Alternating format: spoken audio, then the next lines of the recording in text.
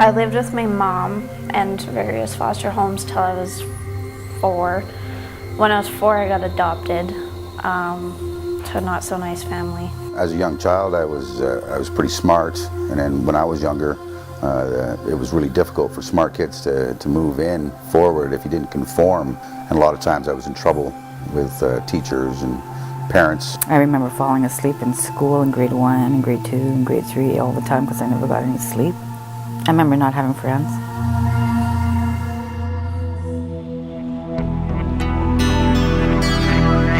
Nobody sets out to be an addict or a statistic. Everybody has a story. Everybody is somebody's child. We all come from somewhere. I remember my mom always being home when my dad was having sex with me. I remember drunk Christmases. Standing in a corner for 10 hours, shoving soap down our mouth for no reason, or starving us. You know, I don't even remember having my name being called Phil. It was always, you know, asshole or idiot or, you know, or piece of garbage or piece of shit. I remember going to feed the ducks in the middle of the night with a drunk father who did things to me in the backseat of the car before we got to feed the ducks.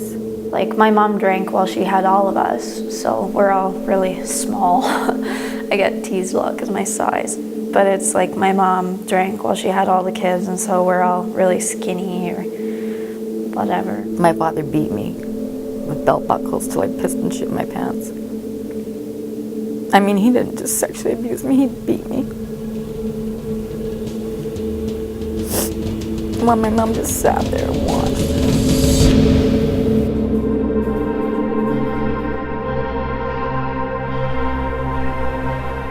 I remember the way I had to wake up in fear of my father, or, you know, being allowed by my mother to allow him to abuse me, you know, physically, sexually, and the mental abuse. You know, I was never good enough. I was always an idiot. I was always, you know, someone else's trouble. It was pretty bad from the beginning, though. Like, I mean, my mom and dad, well, I'm presuming my dad too, were all obsessed with child pornography. Like, when my sister inherited my mom's computer and there was child porn all over the entire thing. She had really strong mental health issues, and she actually killed herself 3 years ago. She killed herself, overdosed on the couch.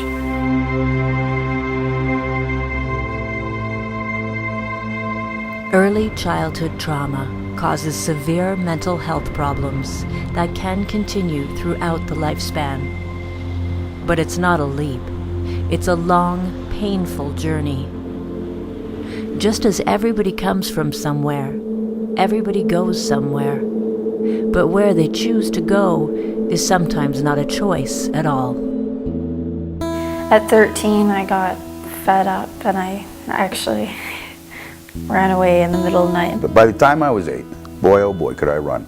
I found a porch that had a lot of toys on it, and I walked up onto the porch, and the lady invited me into the home, offered me some food, and then from there it turned into something quite horrific.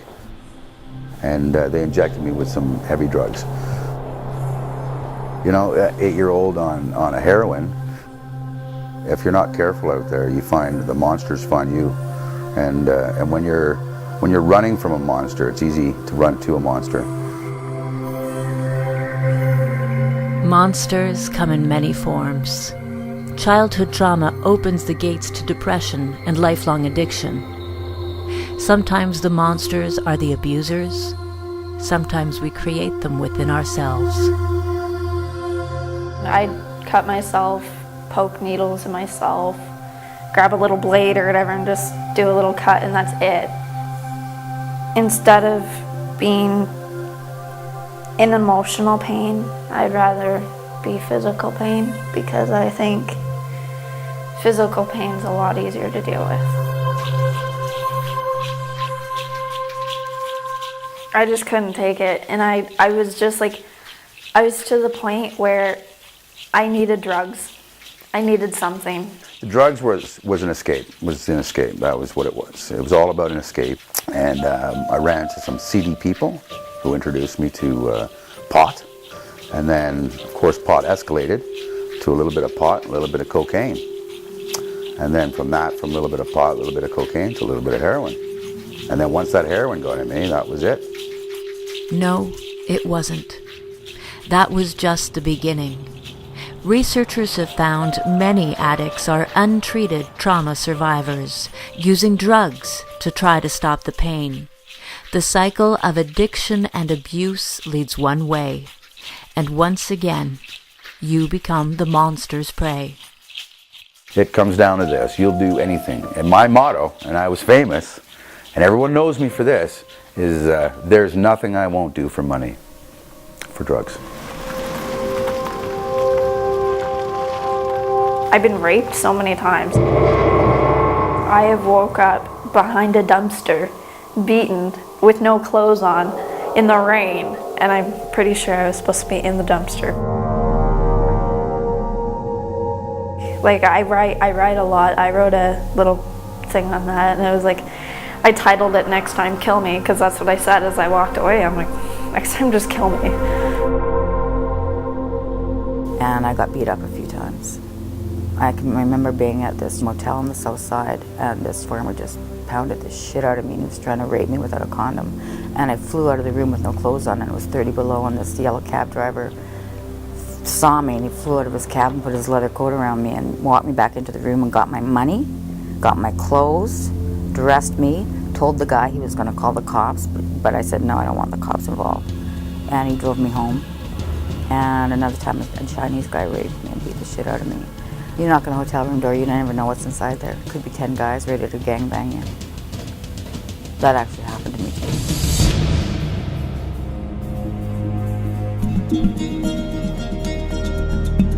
too. By now, most addicts are running for their lives.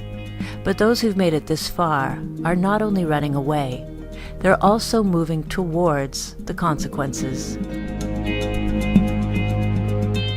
I've been suicidal my whole life. I'd try to hang myself off the roof, which never did work out well for me. Overdose, I tried overdosing many times, even on, I don't even know what it was. I just found random pills up in a cupboard and I take them all. The nature of the drug suppresses the memories. I don't think you realize that consciously. Because the high is hell. Because I hate the high. But the craving, you're a slave to it. I was 79 pounds when I got arrested. So of course then, my criminal activity began to support my drug habit and to feel powerful. You put a weapon in a kid's hand and all of a sudden they become a man. I took up arms, took a bag of drugs, and I went nuts, and for that I spent many years in prison. It's a journey people shouldn't have to take. Some Canadians are stepping up.